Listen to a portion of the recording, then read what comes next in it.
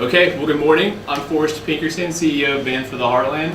I'm excited to be here today. I'm excited for you to hear about our semester. It's been a challenging semester, but it's also been one that's been really fun, and one that we're proud to here to tell you about today. So I'm going to go ahead and reintroduce my officers. I've got Cooper Cadley as my Chief Financial Officer. I've got Bradley Ameman, my Chief Relations Officer. Bailey Spear, my Marketing Chair. Jamie Hutt, my Chief Philanthropy Officer, and Sarah Means, who is my Chief Operating Officer, is going to tell you a little bit more about how inventory procedures went from the semester. Thanks. Thank you, Forrest. As most of you know, our product is a benefit wristband that goes to support more public schools rising from the storm. The front of the wristband says "More Than Ever," and the back of the wristband has the date of the tornado along with the state of Oklahoma. Our company unanimously decided on this product, and we ended up purchasing 5,000 wristbands at 36 cents a piece for a total of $1,800. The first 2 weeks of October were critical for our company because we had two major selling opportunities. The first one being during our first home game against TCU, and the second being on campus during our OU Texas weekend. Our product was supposed to arrive on October 4th, and our vendor at Barr Bertram from Ad Specialties and More said it would even arrive a day or so early. However, at the end of the business day on October 4th, she informed us that our product was lost somewhere on some truck in Oklahoma City. After the initial panic and multiple phone calls, we decided to work with our other vendor in Arlington, Virginia, and they were going to ship us another 5,000 wristbands, no cost to us, and they were going to take about 7 days to get there. That meant that not only were we going to have to cancel our TCU selling event, but we also had to cancel our OU Texas selling event. So after all that, our product ended up arriving on October 8th, which is a little bit ahead of schedule, and so that meant that we had 1 day to bag, tag, and box all 5,000 wristbands. When I went to pick up our product on October 8th, there were some major discrepancies that I noticed right away. This top picture shows you what the artwork is that I personally signed off on, and the bottom picture is representative of what the wristband was when it arrived. Obviously, you can see that the font is completely different from what we had ordered, and most notably, the state of Oklahoma was supposed to be filled in, however, it was just outlined. So after our product arriving, not even what it was supposed to be, and on top of that, it was late, we did something that no IBC company has ever done in the past, and we got all of our inventory, all 5,000 wristbands, for free. So this meant the only thing we had to pay for our inventory this semester were the tags, which ended up costing us less than 2 cents per wristband. Our inventory control procedures were strict, like we said during our loan presentation, and as soon as we got all 5,000 of the bands, we decided to separate them into boxes of 50. This really helped us during our auditing procedures this semester, which we had two. The first one, we had an excess of 16 wristbands, and the second, we had an excess of 34. The reason we had an excess is because people, when we were selling, they either wanted to give more to the cause or just didn't want change.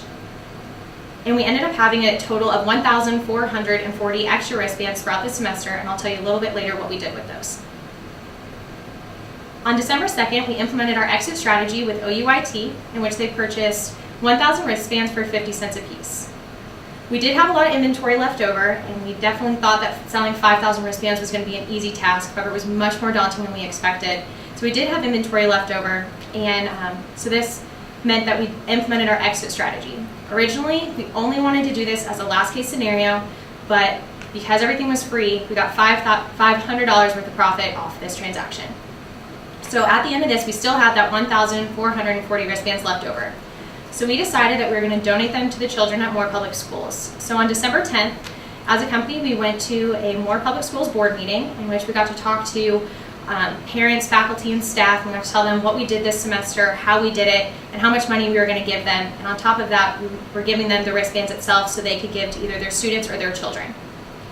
This was an interesting experience for all of us because as soon as we walked in that door, Apache, an oil and gas company, was donating $500,000 to the same charity that we were donating our amount to.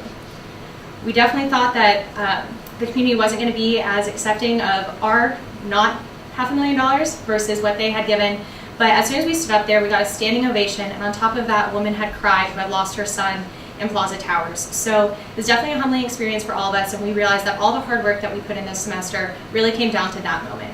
So at this point, I'm going to pass it off to Bailey Spear, who's going to tell us more about our marketing strategy this semester. Thank you, Sarah. When we were formulating our marketing strategy, we knew that we needed to focus extra attention on each portion of the marketing mix: product, price, placement, as well as promotion. Not only is our entire company surrounded around our philanthropy, but we chose to make a product that was also centered around our philanthropy as well. This created the opportunity for our consumers to constantly have a reminder in their wristband of the great deed that they've done and to showcase this reminder to others, encouraging them to buy. We also knew that we needed to design a product that was not only age-friendly but also gender-friendly, and we successfully did so because we have had not only people of many generations but also of both sexes being in our consumer base. We also considered in the design of our product that we were not affiliating ourselves with any university, and we found this to be successful because we were able to not only sell to our rivals in the Cowboys but also to those that surround our surrounding areas and are affiliated with other universities. Our price point was something that we knew would be a competitive advantage to our company from the very beginning. Our $5 price point allowed for many of our consumers to not only make multiple purchases, but also to partake in bulk purchasing, meaning that it would increase our brand awareness and also increase our profits. Our placement strategy, on the other hand, was an area in which we had to overcome a lot of struggles throughout the duration of this semester. As Sarah mentioned, when we learned that we wouldn't be receiving our product on December 4th, we were also under the impression that it would be a full week before we would be receiving this product. This meant that we were forced to not only cancel our TCU selling event as well as our OU Texas selling events, as Sarah had mentioned, but we also were forced to cancel 3 of our Norman Public Schools elementary assemblies that we had counted on when we factored in purchasing 5,000 units of our product. Because of this, we knew that we had to focus on some more individual sales that we hadn't perceived doing before we ran into this problem. And our individual sales consisted of places on campus, such as the Union, South Oval, and other opportunities and organizations on campus. And while these were successful, we knew that we would never be able to recover the losses that we had experienced by not being able to attend these assemblies if we didn't shift our focus to also some other group selling events. Our group selling events consisted of not only OU football games, but also Sooner Saturday and some Norman and Moore High School football games. Our OU football games included OU versus Texas Tech, as well as OU versus Iowa State, and we were able to attend and network with some of the people in Price College of Business, making great sales there. And we were also able to go to some sorority fraternity houses and other college tailgates on campus in order to recover some of the losses that we made when we weren't able to attend some of our previous selling events. Sooner Saturday was also a great experience for our salesmen to be able to contact some of the prospective Sooners and show them really what it means to be a Sooner and how important it is for us to give back to these neighbors in need. We were able to tell some of these prospective freshmen some of the stories about how OU dorms opened up to the tornado relief and to those victims, and they were touched by these stories and motivated to purchase our product. We also included selling events at Norman as well as Moore High School football games, and this was a great and unique experience for us to make up for some of the losses we missed in the younger sector of our target market. Our Norman and Moore High School football games, we also got to talk to the announcers in some of these, and they made announcements for all of the people that were attending the games to come and see us during halftime and visit and buy our product.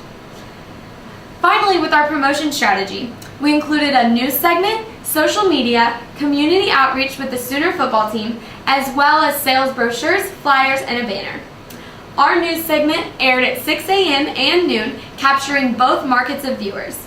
This was a quick, fast, and easy way for us to be an outlet to our entire target market, and it also led to not only a spike in sales, but also to a spike in the next sector of our promotion strategy, our social media. Our Facebook site, with more than 650 likes and a total user base of 2,000 Facebook users, was a great way for us to connect to the older portion of our target market that might not have ever known of Band for the Heartland otherwise. On the other hand, our Twitter was a great way for us to reach out to some of the students in our campus body and increase our sales there by putting our brand fresh in front of their eyes and fresh on their minds. We also utilized another portion of our student body and our own Sooner football players. They utilized our wristbands and wore them not only off the field but also on, showcasing our wristband to the entire national television that was watching these games, and was a great way for some of the other people in our student body to get interest in our product and increase our brand awareness.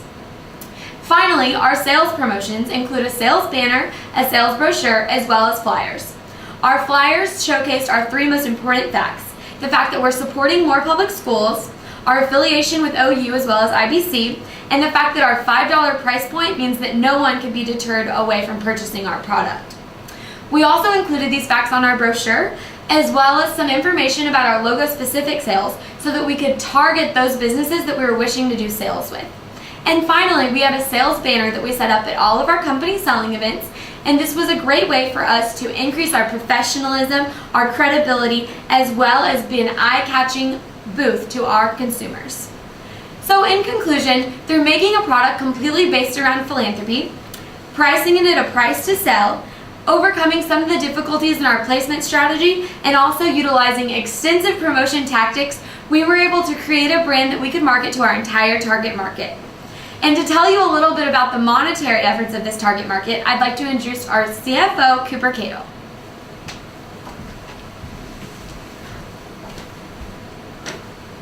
Thank you, Bailey. So, coming into the semester, we had high hopes to get our product on the wrists of over 5,000 people and raise over $20,000 for our charity. However, as Bailey had mentioned, we were not able to reach our target profit, and not sell 5,000 bands. However, we are here today to announce that Band for the Heartland will be proudly providing more public schools with $12,311.30. This number, something we are very proud of. And from the very beginning, this number stood for something more than just money.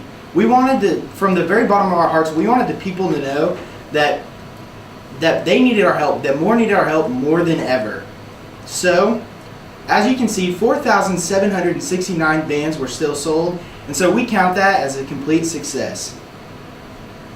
On September 25th of this year, First Fidelity Bank approved Band for the Heartland for a $1,500 loan at prime interest rate. And, as personally guaranteed, we did repay the loan in full on October 21st. The success of this repayment was only possible due to the efficiency and diligence of our accounting department.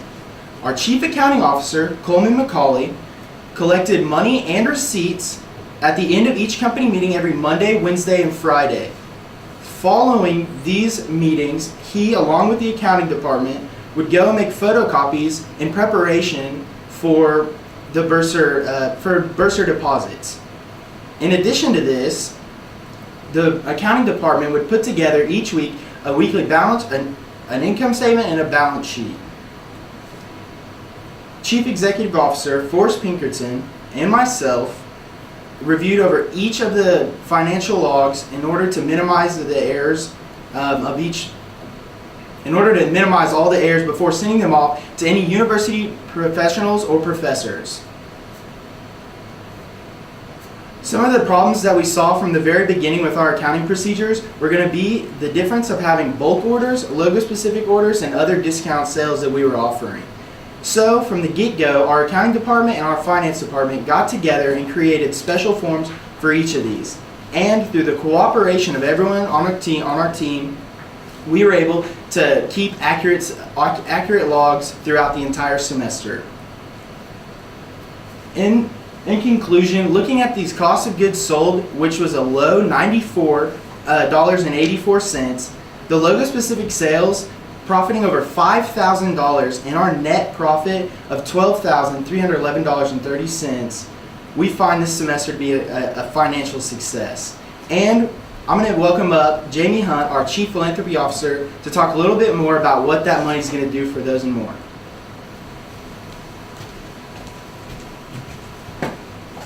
Thank you, Cooper. Over the course of the semester, our company had the opportunity to give back to the community through our service to two great organizations, the More Public Schools Rising from the Storm campaign and the Second Chance Animal Sanctuary, which is located here in Norman. As I mentioned in our loan presentation, our company from the very beginning was committed to helping the Moore community rebuild from last May's tornadoes. So all of the proceeds from our sales went directly to More Public Schools Rising from the Storm campaign.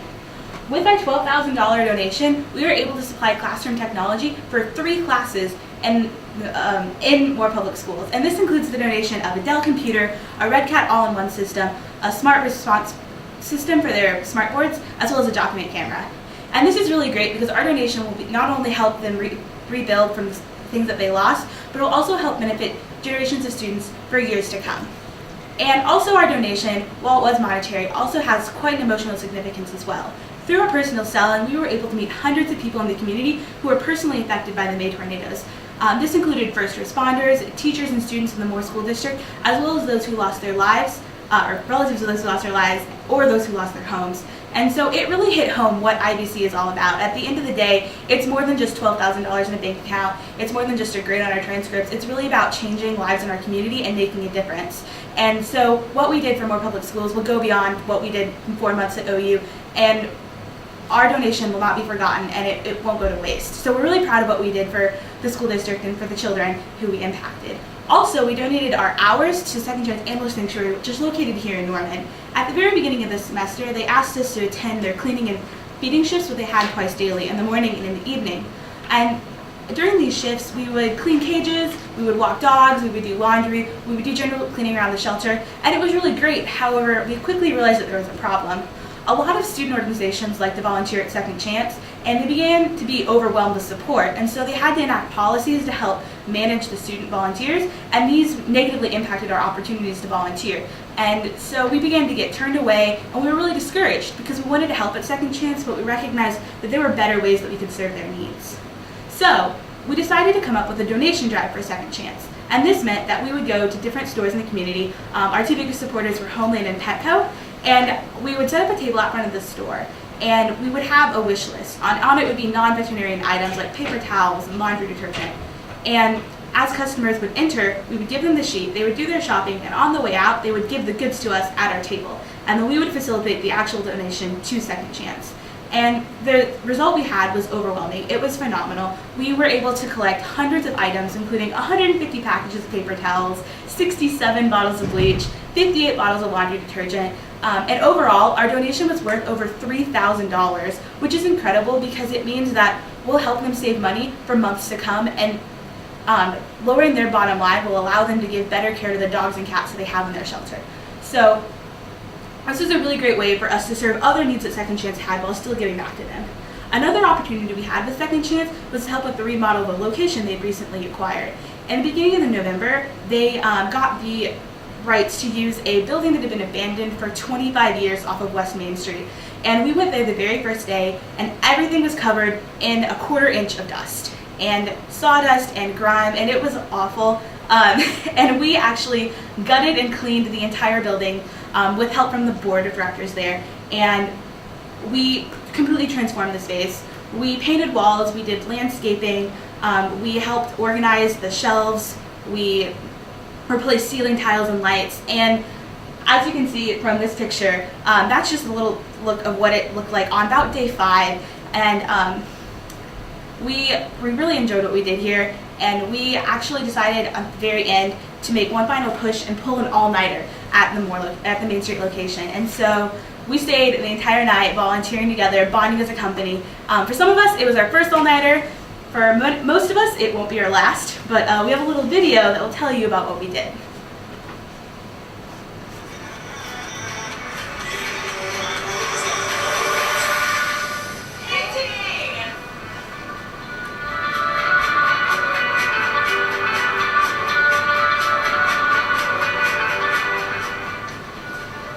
Stupid light bulbs don't work.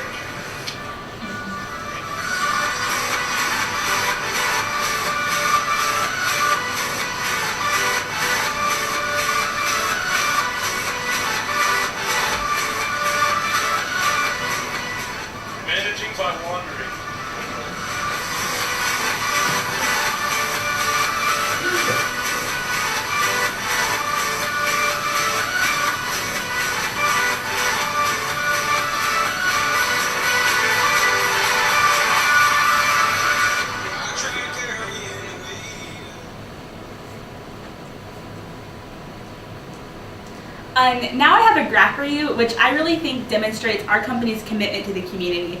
As you can see, in the very beginning of the semester, we were really struggling to get volunteer hours. We had set a really high goal, but we, honestly, didn't think it was possible. However, with the introduction of the donation drives, we saw a first spike in hours. And then second, with the renovation opportunities, we saw the third jump. And I'm really proud to announce that our company rallied at the end and was able to donate 951 hours to the second chapter.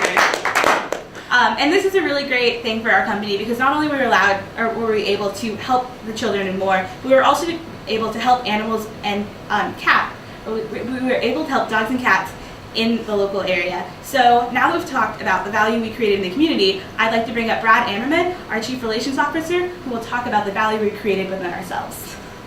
Thank you very much, Amy. Ever since our very first company social gathering at the Mont, Band for the Heartland has had an incredible chemistry that has allowed us to accomplish all that we have this semester. My role as the Chief Relations Officer has been to make sure that our company maintained healthy relationships not only within ourselves, but also to all those in the community that we reached out to through our philanthropy and our selling events. It has been a privilege and an honor to work with such highly motivated individuals this semester. Because we set such high goals for ourselves, we wanted to set a goal for our company that would not be easily obtained and that very few IBC companies ever hit.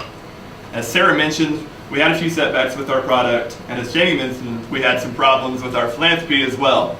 But despite all the odds, we remained passionate about meeting all of our goals, and we even surpassed our philanthropy goal despite needing over 500 hours in the last 3 weeks of the semester. IBC has been an incredible learning opportunity for all of us. I know I personally, on top of learning the ins and outs of the workplace, had learned that while quid pro quo may be fun to say, it's not very fun to deal with in the workplace. And also, that you should never schedule a final presentation during a snowpocalypse. To find out what some other company members have learned this semester, we invite you to watch this short video.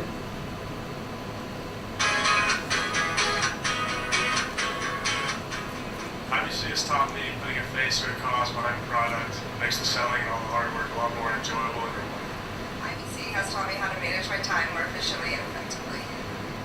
IBC has taught me how to take a stressful and bad situation and to turn it into something positive. IBC taught me how to use others' diversity to excel in our group. IBC has taught me the importance of networking in life. IBC has taught me to deal with adversities in our group outside of our control, as in when our bands came in late, how we argued for a lower price. IBC has taught me to conduct myself in a more professional way. IBC has taught me patience, for example, waiting for companies to contact me back. IBC has taught me that numbers don't lie. One of the things that IBC has taught me this semester has been personal selling, having the ability to go person to person and really convince them of the worth of your product and explain to them the cause that you're going crazy money for. IBC has taught me the impact community service can have on an organization in need. One thing I've learned from IBC is that I've gained a lot of hands-on experience on, how to set up a new business. And, we've learned how to set up our own organizational hierarchy structure. We've made our own company plans.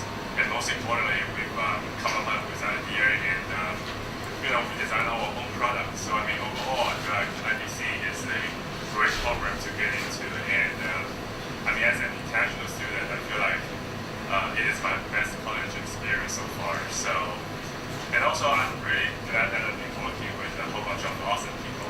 You guys rock. Thanks, Jerry. You rock too. I'd now like to express our gratitude to several people who made this possible for us. Thank you to First Fidelity Bank, first and foremost, for their sponsorship of this program and for their bank loan to us. I'd like to say thank you to Price College of Business for hosting this program and allowing us to learn all that we have this semester. Thank you to Professors Johnson, Kazulis, and of course Professor Grunstead for all of their help throughout this semester and heading up this program. They've been a tremendous help to us, and without them pushing us, I don't know if we would have been able to make it as far as we did. Thank you to Jack Grady, who's sitting here with us today, for all of his help in answering any questions that we may have had throughout this semester. Thank you to Mr. Wilson and Mr. Williams for their help in the Business Communication Center in putting this presentation together. And then of course, thank you to all of the company members who may watch this and those in this room right now. Thank you for your hard work and your dedication. Without my company members pushing me, I don't know if I would have made it through this semester, and it's been an incredible learning opportunity and a great experience for me personally. So thank you from the bottom of my heart. And I'd like to say thank you for watching this video and taking time out of your day to watch it. And I hope that you have a very Merry Christmas and a Happy New Year.